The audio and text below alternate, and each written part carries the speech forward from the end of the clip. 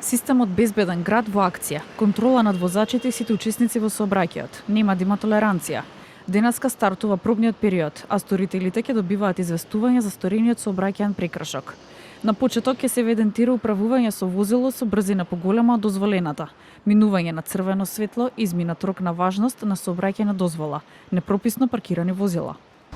Камерите се вклучени и снимаат, ќе идентификуваат прекршоци. Системот автоматски ќе го регистрира секој прекршок, а по електронски пат ќе се испрати известување до возачот. До крајот на оваа година ќе следат само опомени, а веќе од 1 јануари ќе се изрекуваат и казни.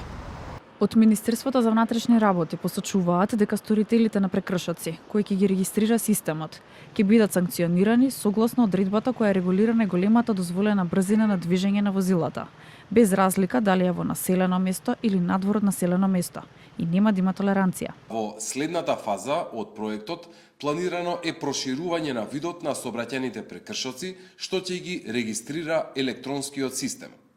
За прекршоците кои ќе бидат документирани преку системот Безбеден град на собственикот на возилото со кое е констатиран веќе сообраќајен прекршок, Министерството за внатрешни работи му доставува СМС порака на мобилен телефон и на електронска адреса, податоци кои собственикот на возилото ги дал при регистрација на истото, со линк за преземање на записник за сторен сообраќајен прекршок со прекршочен платен налог. Дел од граѓаните се надеваат дека овие мерки ќе дадат резултат.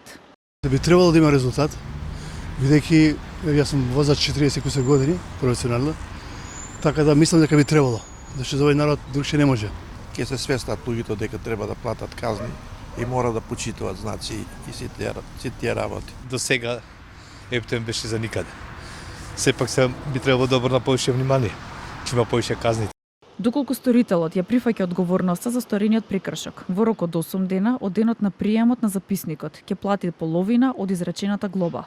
За прекршок за кој покрај глобата е предвидена и санкција забрана за управување со моторно возило, и ако сторителот ја платил глобата во предвидените рокови, и за прекршок престанок за важење на возачка дозвола, МВР ќе поднесе барање за поведување на прекршочна постапка до надлежен суд.